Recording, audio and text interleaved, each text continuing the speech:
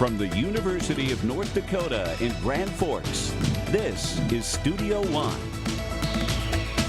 Hi everyone and welcome to Studio One. I'm Averi Haugesag. And I'm Will Biernat. Today on the show, in the past election cycle, the state of North Dakota tackled important issues.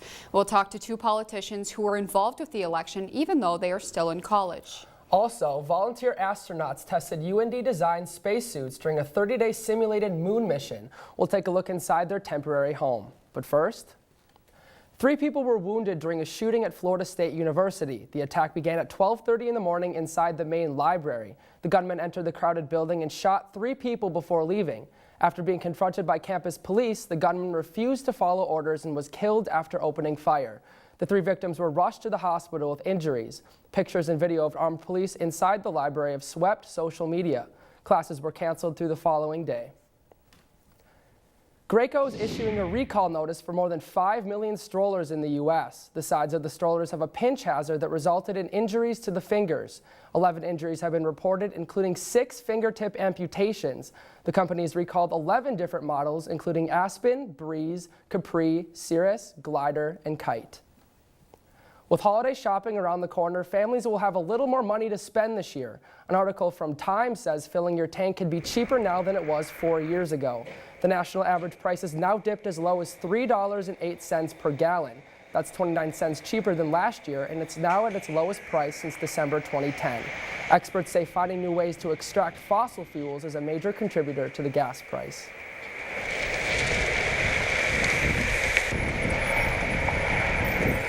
As a consequence of the oil industry being able to figure out how to produce these shales, consequently, U.S. production is at a historical high. The same article says the cheapest gas prices can be found in Memphis, Tennessee.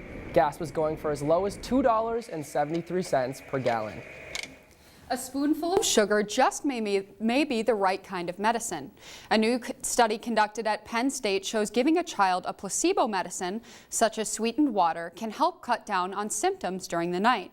In the study of 120 children, the 40 kids who took the placebo showed reduced coughing compared to the night before. The 40 children who took the real medicine had similar results. The remaining participants who didn't take anything at all had symptoms that either stayed the same or worsened.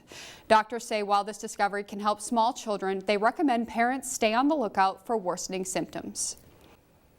Many children dream of becoming astronauts. 3 budding space explorers at the University of North Dakota are living that dream. When you're away from home, there are always things that you miss dearly. But when the distance is millions of miles, you start to yearn for the little things. Pie, and not that I eat a lot of pie when I'm out here, but you know, you start to crave things when you're in there, and you don't have it readily available. Jonathan Schiralli is a space studies graduate student involved in a 30-day simulation of a voyage to Mars.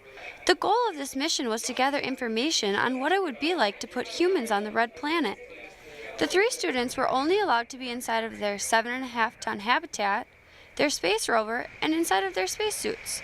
This mission is one small step to achieve something bigger. Eventually put boots back on Moon and put boots eventually on Mars. And I think this is a stepping stone in that direction. The last time that Americans were on the moon was the 1972 Apollo 17 mission. Getting back up there will involve lots of tests, down to the smallest detail. In the lab and the galley, the main areas, all we had were hard plastic chairs, and they're great for 10 days. They didn't have a problem with them 10 days, even 15 days, but then after a while you can't sit in these chairs for much longer. Astronauts can also experience an emotional roller coaster due to the isolation that they endure. I mean, you're excited to get there, then you hit a dip near the middle, you know, wow, the end's really far away, I'm stuck in here, you hit a dip, and then near the end you're like, I'm excited to get out, we gotta get all this done. Although being in a small space for an entire month was clearly a challenge, the smiles on the students' faces show how rewarding their sacrifice was. With photographer Marty Mueller, I'm Kari Strandberg, reporting for Studio One. Before this 30-day mission was complete, a 10-day test was conducted to prove that people could live in the habitat. The goal for the UND Space Department is to eventually do a full-year mission, and that's the news for now. You know, I'm kind of curious how these astronauts were sleeping. You know, by taking a look at the story, it seems as if they had lived in a small closet space almost. Weird. All right, thanks, Will. Let's go now to Scott Wolff for the weather news. Scott? Thanks, Avery. So we were looking at a storm that moved through Wisconsin last week. This week we're looking at an even bigger storm that moved through western New York. Just south of Buffalo, they had up to 7 feet of snow in some areas. So this is all lake effect snow that's coming off of Lake Erie. Rates of snow up to 3 inches per hour. So that's some really heavy snow that's coming down there. Closed down parts of the main thruway through New York there. Travel was absolutely paralyzed. Some people were stuck in their cars on the highway for up to 20 hours. The governor declared a state of emergency, and there have been several fatalities related to the storm, up to 7 by some reports so far. So this is quite the serious storm. So I was talking about the lake effect snow. How exactly that works is if you have a warm body of water, which at this time of the year the Great Lakes are still going to be quite warm, there's going to be a large temperature difference between the surface of the water and the air above it. If the air is moist before it even gets over the lake, you're going to have lots of moisture in the air, lots of potential for snow.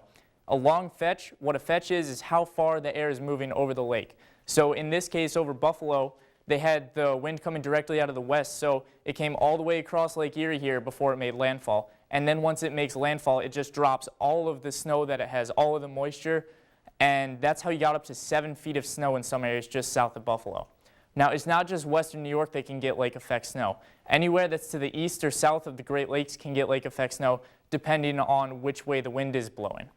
So this lake effect snow can cause some pretty dangerous conditions when you're driving. One thing that you can do if you run into dangerous conditions while you're driving on the road, you can call 511. Many people use the nation's interstates. Drivers rely on information about the weather and road conditions to stay safe. A University of North Dakota Weather Information Center created a system to advise travelers. We were involved in an agricultural weather research project that provided distributed weather information to farmers and ranchers across the region. It was just a natural extension to move that from agriculture to surface transportation. They ended up using aviation weather computers and focused them towards the ground. After countless hours of research, 1 year later, Osborne created the Advanced Transportation Weather Information System. That was an extremely difficult process to complete. We had to coordinate with not only state and federal agencies, we had to coordinate with cellular communication companies across the region. Osborne says he is proud that this was such a success and a helpful system for safety. Anytime you do something that goes viral and goes national and actually sets a new standard for communication of weather information. Next time you're driving down an interstate, all you have to do is dial 511 for a weather update. Countless hours of research have led to help you stay safe on the roads. Reporting for Studio One, I'm Tony Nunez-Lenz. Osborne says that the 511 center gets as many as 1 million calls per day from drivers. That brings us around to the weather question of the week. What is the name of the award given to the snowiest city in upstate New York? Now, Avery, this award generally goes to Syracuse, but Buffalo has a pretty good head start this year, so we'll have to keep our eye on that. All right, Scott, one question. Does the 511 number come at a cost? Nope, it's toll-free, no cost. All right, thanks, Scott. Now we're going to head on over to Will for his fourth story. Will? All right, thanks, Avery. Families spend not only a lot of time on youth sports, but also a lot of money. But for some, it's worth the cost. Living in Grand Forks, you hear hockey every other breath. Hockey is the lifeblood of Grand Forks, North Dakota in the winter. It's a sport that all members of the family can get involved in, from the mites shooting the pucks to the dads tying the skates. But while it may be all fun and games on the ice, that equipment has to get paid for somehow. We checked the cost and tried to evaluate how much it would be. Hockey moms like Erica know that the game their children play is not a cheap one. Of the major youth sports, hockey is by far the most expensive. A study done by ESPN found that over the course of a child's playing career, parents can spend up to $50,000 on player expenses. The first year when you start and you have all the equipment, it is a little bit pricier. That price tag may be enough to keep some kids off the ice, but fear not, parents. There are ways to lessen the cost of all that equipment. But there's so many good things and places in town where you can get used equipment, so many families who are willing to pass down their stuff or sell used, so that helps a lot. The price tag for youth hockey can be a daunting one, and while the cost can be high, the amount of joy he gets from it, he loves it, so totally worth it. Erica's return on investment is even higher. With photographer Marty Mueller, I'm Alex Stadnick, reporting for Studio One. If the price of playing hockey is too high for your family, do some research. Different organizations can help fund equipment for younger players. And that's the sports story for today's show. Avery? All right, thanks, Will. As a full-time college student, it's difficult to even hold down a part-time job. We'll talk to 2 UND students who balanced school and political campaigns in this past election. That's next.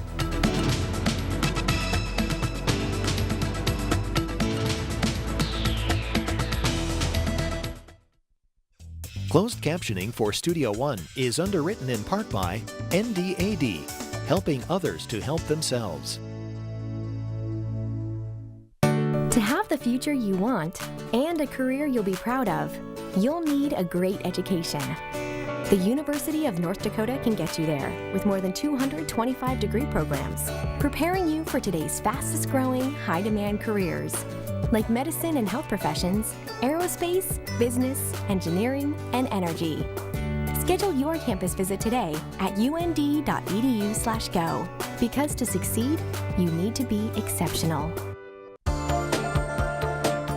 At the University of North Dakota College of Engineering and Mines, classes have real-life application. Mentors guide students. Our work improves quality of life by answering tough questions with creativity and innovation. The University of North Dakota College of Engineering and Mines, training tomorrow's engineering and geology experts today.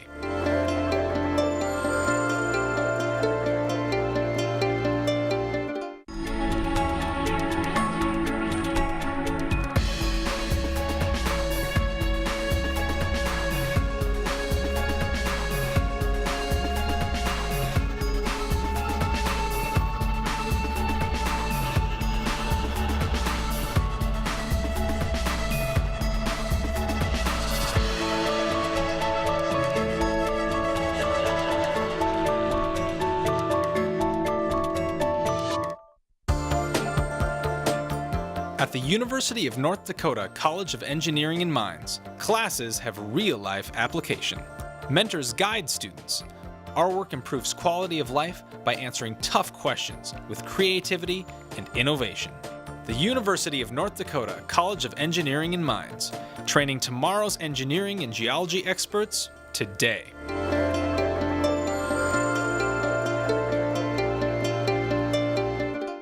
Closed captioning for Studio One is supported in part by the Listen Center, enriching the lives of people who have intellectual disabilities with choices in community recreation.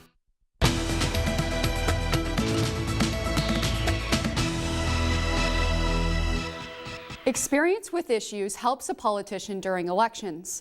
In the state of North Dakota, some young people are giving politicians a shot by running for office.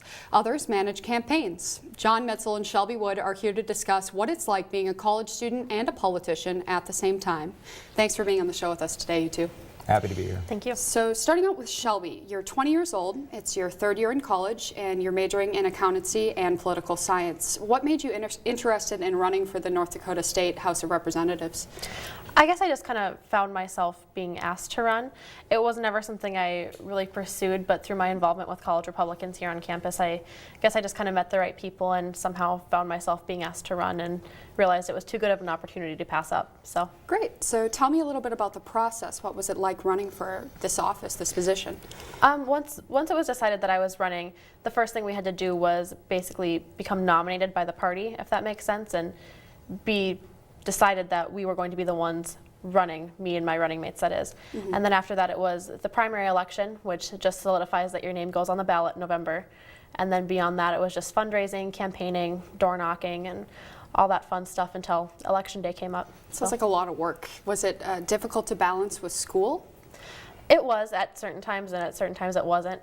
Some days I would maybe take a break and door knock for less time if I had a test the next day or something like that, but I tried to prioritize what I was doing, and I took a smaller class load this semester, only taking 12 credits instead of taking more like I would usually do, and trying to really balance out what I was doing with school, with my personal life, and also with the campaign. Now, you didn't have a job or anything, correct? It was just school and the campaign? Correct. The campaign kind of was like my job. I kind of looked at it as like a 10-month-long job interview. Yeah. So. All right. Well, John, now you're 22 years old. You're majoring in banking and financial economics with a minor in political science. Now, you've ran for an office in 2012, and you were also a campaign manager in this past election for 2 university students. So what did you learn in the 2012 election when you were running for office that kind of assisted you and the people you were helping run the campaign? What could you tell them that kind of assisted them? Well, I think the most important aspect was how to harness the power of grassroots energy. So you look at history, and all of the big grassroots movements primarily involved a lot of young people. Mm-hmm. And Robert Loff and Lucas Paper, the college students I managed under NDSU, I mean, they were popular students on campus. They had a tremendous social network, and they had a lot of people that were willing to help. Back in my campaign in 2012, I had a lot of people that were willing to help. I didn't necessarily know the best way to put that to the utilization of the campaign. And I think bringing that knowledge to the campaign in District 21 was very beneficial. Now, do you feel that it was more difficult to manage the District 21 campaign or manage your own campaign when you were running yourself? You know, I think they were both very challenging, and it's tough to compare the two because it's a different kind of stress, I guess, that you're undergoing. When you're a candidate, you're worried about everything that you're personally going through. Mm-hmm. When you're a campaign manager, you're worried about everything that you're putting them through. Mm-hmm. And you want to make sure that you're making the right decisions for them because their outcome, a lot of it's going to be on your hands. So you want to make sure that you're doing the best job possible. All right. Now, Shelby, what was it like running against older people, you know, people who might have a little bit more experience in the field than yourself? Originally, it was a little bit intimidating knowing that these people have more qualifications, technically speaking, on paper than I do, that they've served on more boards and that they know more people in the community. But as the campaign progressed, I found that it wasn't necessarily as important how many positions you've held or how many people you might know. It's more about how much hard work you put in and how willing you are to work for what you want. And I think that's something that people of North Dakota really respect, is a candidate who is willing to work hard and willing to do whatever it takes to win in a respectful manner. Great. Now, this is a question for either one of you. Do you feel that being younger has an effect on your knowledge of the state of North Dakota and running for a position like this? I guess I wouldn't say that it really has an effect on level of knowledge per se, but I think it definitely gives me a different perspective being a younger candidate. And the younger people in the state need representation too. And I think the whole point of being a state legislator or any elected official is to really represent the people that you say you represent. And if that means representing an age demographic that is different than mine, all it means I need to do is find out what they want and try to represent their interest as best as I can. All right. Now, John, obviously young people are much more technologically savvy. Well, some of them are. How did you use social media in your campaign that you were assisting run? So social media was a very significant component of our paid advertising and marketing plan. And that revolved from Facebook all the way to YouTube and online advertising elsewhere. As well. I think it was a very critical component of the campaign because the median age in our district was under 31 years old. So a lot of people that are going to be online to get their information. Looks like that was used to your advantage then? Definitely. Great. So a question for either of you. Do you feel that younger candidates running for office is unique to the state of North Dakota, especially while still in school? You know, I wouldn't say it's unique. There was actually an example just this past election where an 18-year-old was elected to the state legislature in West Virginia, I believe, and she was actually 17 during her primary and wasn't allowed to vote for herself. Kind of a fun story there, but I think the climate in North Dakota definitely allows for young people to get involved in a fairly unique way. The small size of our legislative districts in particular allows people with the grassroots energy to really get their message out to voters. That's great. Now, what's the benefit to you guys for running for these positions? What's the payoff? I mean, obviously, if you win, you get the experience of being a state legislature and getting to craft policy in North Dakota, especially at such an exciting time when it's growing so much and when things are changing and the economy is just booming. But at the same time, even losing, the benefit of that is the great experience that you get to have and the knowledge that you can carry forward and that I can take forward into future job interviews and if I ever want to run for office again. Fabulous. Thanks for being on the show with us today. Thank you for having us. Coming up, learning one instrument can be a challenge. We'll meet a man who can play more than 10, and he loves to share his talent. That's next.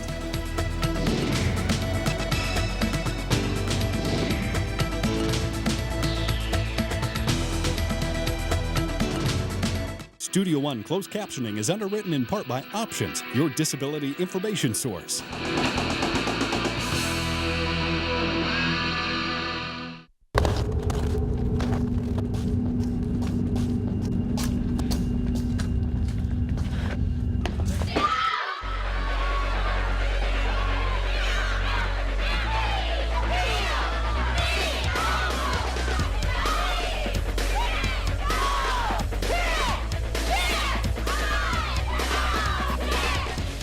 it's not the size of the woman in the fight.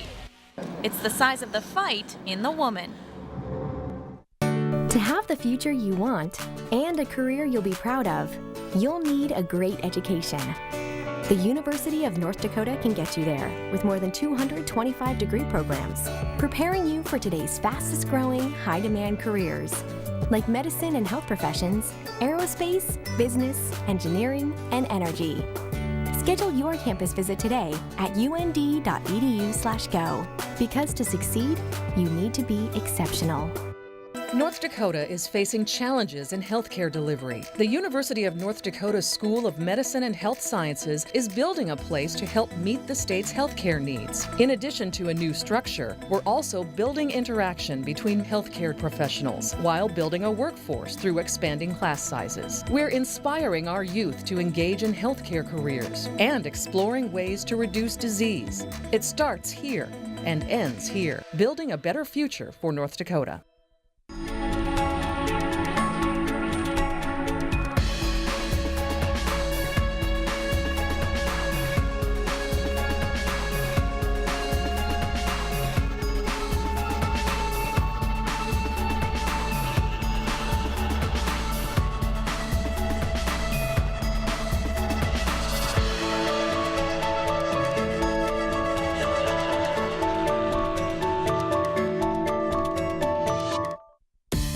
Others live to their full potential, improve clients' mental and physical well-being, excel in one of the top healthcare careers of the future.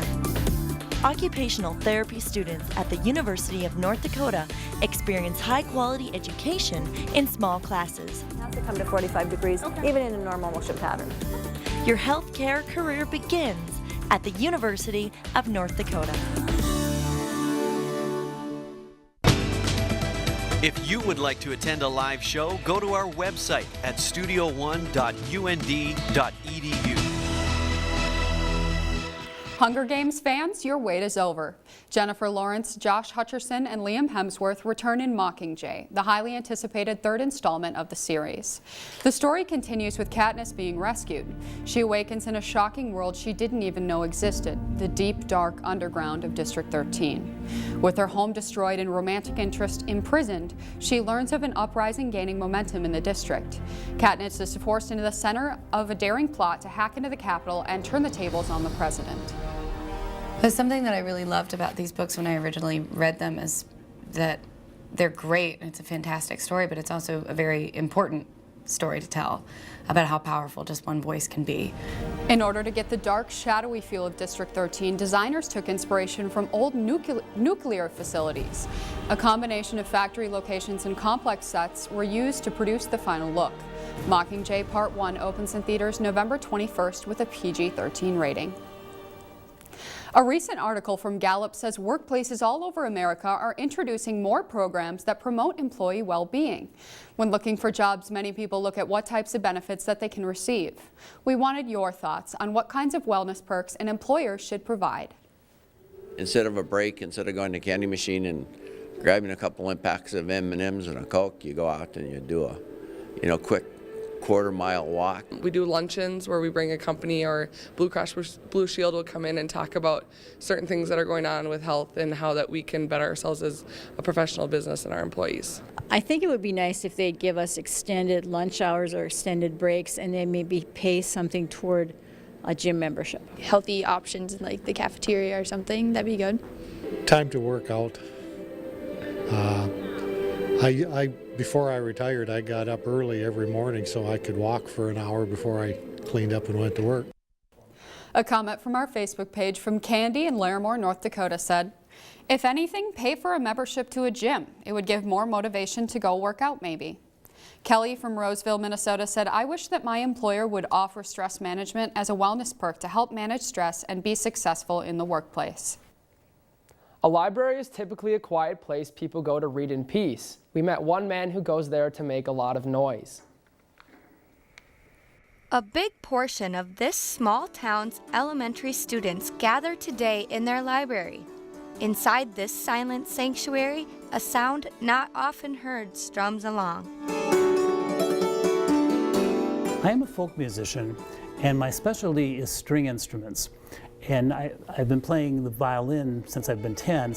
Paul says that growing up, he spent a lot of his time watching family members perform together in rural towns. My grandfather was a fiddle player that lived in North Dakota, and a lot of the music that he played got passed through my mother, who was a piano player. She used to accompany him. Paul is currently on a library tour. He performs for adults and young children in small-town libraries such as this one in Climax, Minnesota. I really like it when I feel like I'm connecting, that there's a kind of a give and take. Although he says that playing for small towns is a wonderful time, his favorite memory performing was in a bigger venue. I had a brother that killed in a car accident, and had a concert about 4 days later to a packed house in St. Cloud. And I do remember there was something special. I could feel my brother's presence throughout the concert. Paul was able to sing lead vocals and dedicate his last song to his brother that night.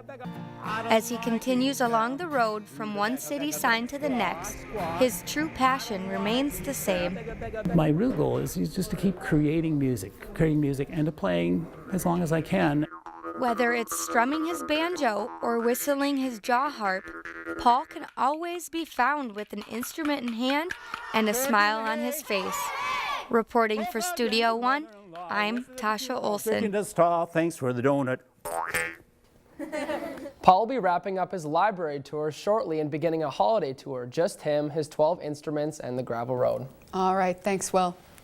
Now Scott joins us in our studio with the final look at the weather. Scott? Thanks, Avery.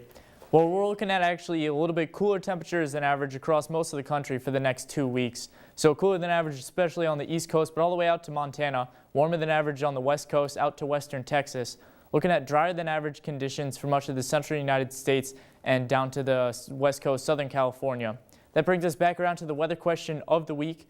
What is the name of the award given to the snowiest city in upstate New York? And that is in fact the Golden Snowball.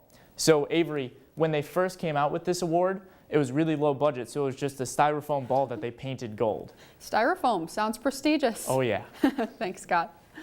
And that's our show for today. As always, you can follow us through social media or get more information on our website. From all of us here at Studio One, have a great week. See you next time.